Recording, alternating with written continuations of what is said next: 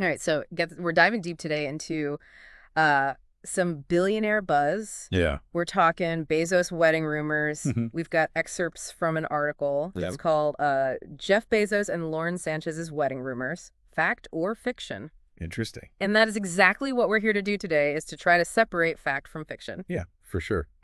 And it's- boy, oh boy, this is a wild one.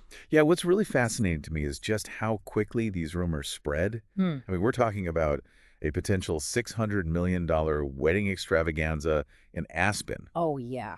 That's a headline grabber for sure. Absolutely. The New York Post really went all out describing this whole thing. They said a winter wonderland theme, over-the-top decor, and a guest list that would make Hollywood and Silicon Valley blush. Wow. They even, painted this picture of a festival-like atmosphere with Christmas in Aspen as the backdrop. Oh, wow. So you can practically hear the champagne glasses clinking, right? Yeah, that's the thing, right? It all sounded so believable, especially with Aspen's reputation as a playground for the rich and famous. Yeah. It's almost as if the location itself, fueled the rumor mill. Right. But here's where things take a turn. Okay. Bezos himself came out and debunked the whole thing. Really? On December 22nd, he posts on social media, and I quote, "The stories circulating about an upcoming wedding in Aspen are completely baseless. Wow. None of the reported details are true. Please don't believe everything you read." Talk about a mic drop. Oh, absolutely. What a statement, right? Yeah, it's a pretty bold move, wouldn't you say? Mm-hmm. I mean, Bezos is usually pretty private when it comes to his personal life. Absolutely. So for him to come out and directly address these rumors is significant. Yeah, I'm with you on that. It's not really like him to engage with this kind of speculation. Right. What do you make of his choice to go public with this denial? Well, one possibility is that he felt the need to, take control of the narrative. Okay. These rumors were spreading like wildfire, and I'm sure he wanted to just shut them down before things spiraled out of control. Right. It was a strategic move, for sure, Mm, a way of asserting his authority over the situation. that makes a lot of sense. But, we also have to think about the whole public image aspect to all of this. Oh, for sure. What kind of message do you think he's sending by taking this stance? Well, it's kind of a double-edged sword, isn't it? Mm-hmm. On the one hand, he's portraying himself as transparent, Yeah. willing to set the record straight. Right. But on the other hand, it could be seen as a way of deflecting attention from other aspects of his life, Ooh, maybe even business dealings. that is such a good point. It Uh-huh. really adds another layer of complexity to this whole thing. Yeah. But before we get too deep into the media strategy here, Yeah. I think we should take a step back. Mm-hmm. Remind everybody about the love story at the heart of this. Right. I mean, Bezos and Sanchez's relationship has been in the spotlight ever since they went public back in 2019. Yeah, and let's not forget that Sanchez is a force to be reckoned with in her own right. Oh, absolutely. I mean, she's not just, Bezos' girlfriend. Right. She's got a whole career and identity outside of that relationship. She does. She was a successful news anchor and a helicopter pilot. Wow. Talk about a multi-talented woman. And then remember their engagement back in May of 2023? Oh, yeah. A proposal on his $500 million yacht. Oh, come on. That definitely sets the bar high for romance. Right. Their relationship seems to be all about shared passions and adventures. I Mhm. mean, they travel the world. Yeah. They're involved in philanthropy. Yep. They genuinely seem to enjoy each other's company. Yeah. It's a far cry from the, stereotypical image of a workaholic billionaire. Completely. And you have to wonder how this media storm surrounding their supposed wedding plans is impacting their relationship dynamic. Yeah, it's hard to say for sure. Right. But I think it's safe to assume that this level of scrutiny, Mm-hmm. it's not exactly easy to navigate. It's a constant reminder that their lives are under a microscope. Right. And even the most private moments can become public fodder. It really makes you think about the pressures of being in the public eye. Yeah. Even something as personal as a wedding can get caught up in this whirlwind of speculation and media frenzy. Absolutely. Hmm. And that brings us to an important question. Okay. Why did this particular rumor gain so much traction in the first place? Mm-hmm. I mean, we're bombarded with celebrity gossip all the time. Yeah. But this one seemed to really capture the public's imagination. That is so true. It's almost as if people were ready to believe this narrative, Yeah. even without any concrete evidence. Why do you think that is? What is it about this story that resonated with so many people? Well, I think it taps into our fascination with wealth and extravagance. Okay. I mean, a $600 million wedding is almost unfathomable for most people. Yeah. So there's a certain element of voyeurism at play. Right. It's a peek into a world that's completely foreign to our everyday lives. And let's be honest, there's also a bit of Schadenfreude mixed in there. Oh, yeah, for sure. Right? Like maybe some people secretly enjoy seeing a billionaire's plans go awry, especially when those plans involve spending an amount of money that most of us couldn't even dream of. Absolutely. I think you're onto something there. Okay. There's a certain sense of satisfaction in seeing someone, even a billionaire, being brought down a peg or two. It's a reminder that even the most powerful people are still human, Yeah. subject to the same scrutiny and gossip as the rest of us. It's really fascinating how this whole saga has sparked such a range of emotions and reactions. We've got people speculating about the guest list, Right. debating the ethics of such extravagant spending, and even analyzing Bezos's every word in his denial. And that's what makes this story so intriguing. It's not just about a wedding. Yeah. It's a window into our collective psyche, our relationship with wealth and fame, and the power dynamics at play in the media landscape. I couldn't have put it better myself. It's a deep dive into something much bigger than just a wedding. Exactly. And this is just the beginning of our exploration. Okay. There's still so much to unpack and analyze. All right. So, Stay tuned, because in the next part of our deep dive, yeah. we'll delve even further into the motivations behind the initial rumor, the media's role in perpetuating it, and the potential impact on Bezos and Sanchez's public image. You definitely won't want to miss this. We'll be right back after a quick break. Sounds good. Welcome back to the deep dive.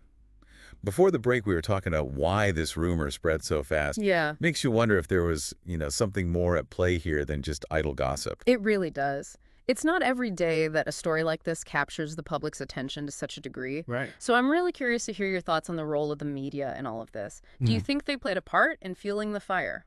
Absolutely. The media thrives on sensationalism, Okay. especially when it involves high-profile figures like Bezos and Sanchez. Yeah. I mean, think about it.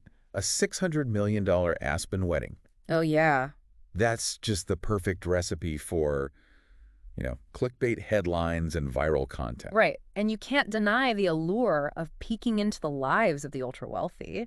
People are fascinated by excess. Yeah. Especially when it comes to weddings. Right. It's like a modern-day fairy tale, except with private jets and diamond-encrusted everything.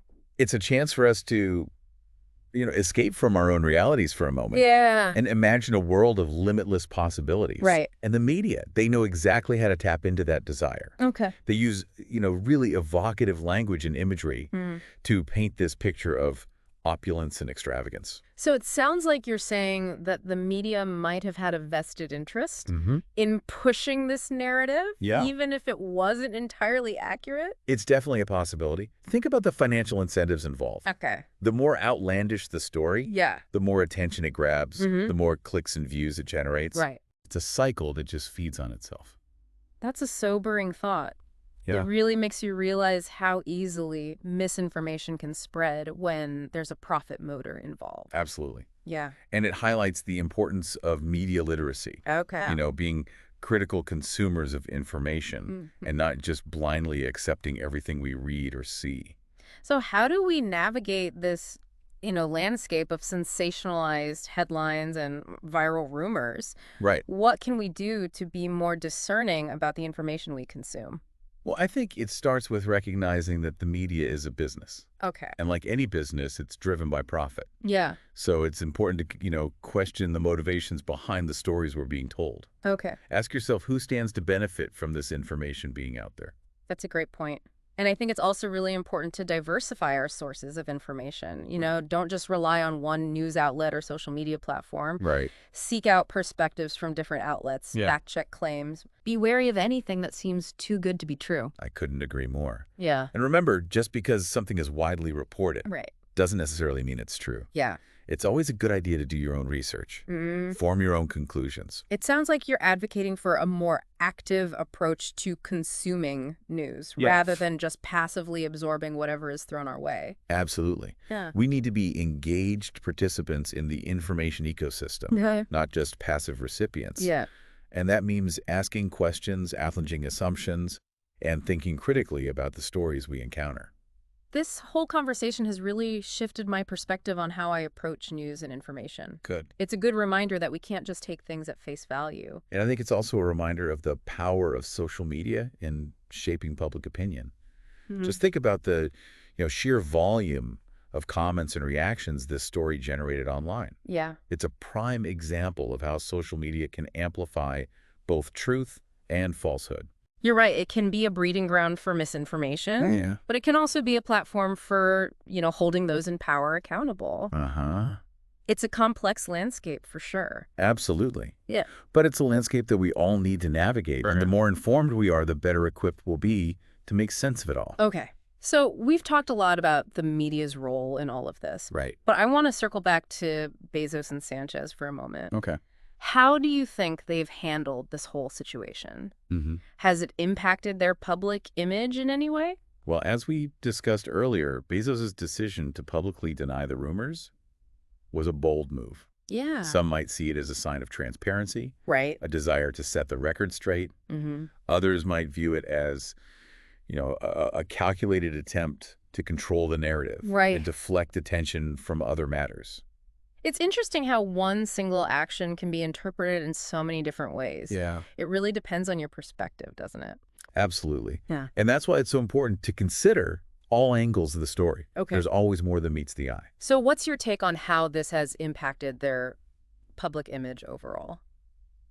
It's hard to say for certain, but I think it's safe to say that it's added another layer of complexity to how they're perceived. Okay. Bezos in particular has always been a somewhat enigmatic figure. He's this brilliant innovator, this, ruthless businessman. Right. And now seemingly a romantic who's willing to publicly defend his relationship. It's almost as if we're getting, a glimpse behind the curtain. Yeah. A peek into a more human side of him. Perhaps. Oh. But it's also worth noting that this whole saga has put a spotlight on, their immense wealth and privilege. Right. The rumors of a $600 million wedding, whether true or not, have fueled this ongoing debate about income inequality and the role of the ultra-wealthy in society. That's a really valid point. It's hard to ignore the optics of such extravagant spending when so many people are struggling to make ends meet. Exactly. Yeah. And it raises questions about, social responsibility and the ethical implications of accumulating such vast wealth. So it seems like this isn't just a story about a wedding. Right. It's a reflection of, larger societal issues. Precisely. Yeah. And that's what makes it so fascinating to analyze. Yeah. It's like a microcosm of all the complexities we face in today's world. The power of the media, the allure of wealth, and this constant struggle to discern truth from fiction. It's a lot to unpack, that's for sure. And we've only just scratched the surface. That's right. There's still so much to explore. Okay. In the final part of our deep dive, we'll delve into the motivations behind the initial rumor, the potential consequences for those involved, and the broader implications for how we consume and interpret information in the digital age. Sounds like a fascinating conversation is in store. It will be. Stay with us. All right, we are back and ready to wrap up our deep dive into this whole Bezos wedding saga. We've covered a lot of ground, the rumors, the debunking the media frenzy, the whole 9 yards. Yeah. But there's one piece of the puzzle I think we haven't really explored yet. Okay. What do you think was the motivation behind the New York Post publishing this story in the first place? That's a really great question. And I think it really gets at, the heart of how the media operates. Okay. On the surface, it might just seem like, a simple case of chasing clicks and views. Right. I mean, a story about a billionaire's extravagant wedding. Yeah. It's bound to generate buzz. Absolutely. But I think there might be a little bit more to it than that. Okay. I'm all ears. What else could be at play here? Well, consider the timing of the report. Okay. It came out right before the holiday season, a time when people are already primed for stories about celebration and extravagance. Yeah. It's a strategic move, playing into the existing cultural narrative, Right. tapping into our collective desire for escapism. That makes sense. It's almost like they were capitalizing on the holiday spirit, knowing that a story like this would resonate even more strongly during that time of year. Exactly. And let's not forget the source itself, the New York Post. Right. I mean, they're known for their sensationalist headlines. Yeah. Their focus on celebrity gossip. It's part of their brand identity. It's what their audience expects.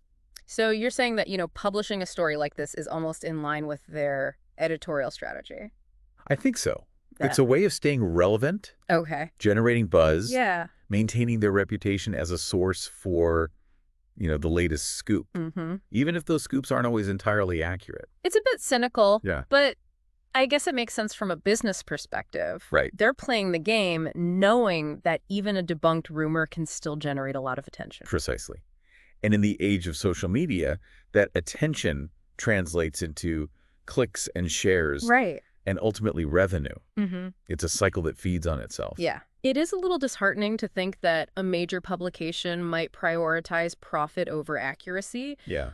but I guess that's the reality of the media landscape that we're all navigating these days. It is, and it just underscores the importance of critical thinking in media literacy. Right. We can't just blindly accept everything we read, Yeah. especially when it comes from sources that are, known for their sensationalist tendencies. So what does all this mean for Bezos and Sanchez? Yeah. Do you think this whole saga has had any lasting impact on their public image?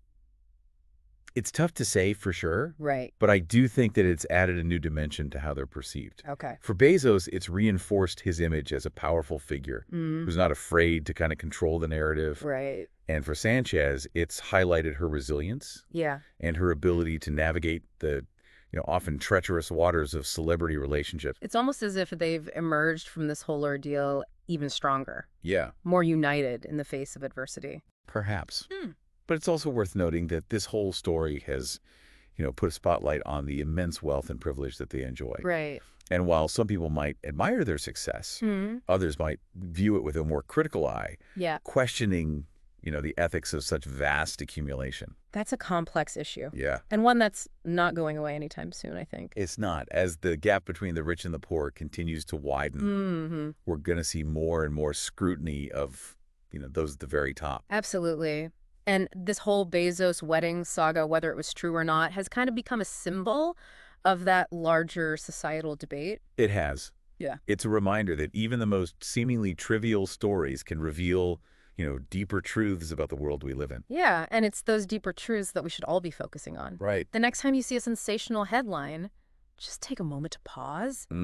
Consider the motivations behind it. Yeah. Who benefits from this story being told? What are the underlying messages being conveyed? It's about being an active participant in the information ecosystem, Right. not just a passive consumer. We have a responsibility to be critical thinkers, to question assumptions, and to seek out multiple perspectives. Absolutely. It's about discerning truth from fiction, even when the lines are blurred. And ultimately, it's about using that discernment to shape a more informed and equitable world. Well said. I think we have done some serious unpacking today. We have. From debunking rumors and analyzing media strategies to exploring the complex relationship between wealth and public perception, this deep dive has been quite the journey. It has been. And I hope it's left our listeners with a renewed sense of curiosity and a commitment to critical thinking. Because in today's world, those are the tools we need to navigate this ever-evolving information landscape. Couldn't agree more. Thanks for joining us on this deep dive. It's been a pleasure exploring these ideas with you. And until next time, stay curious.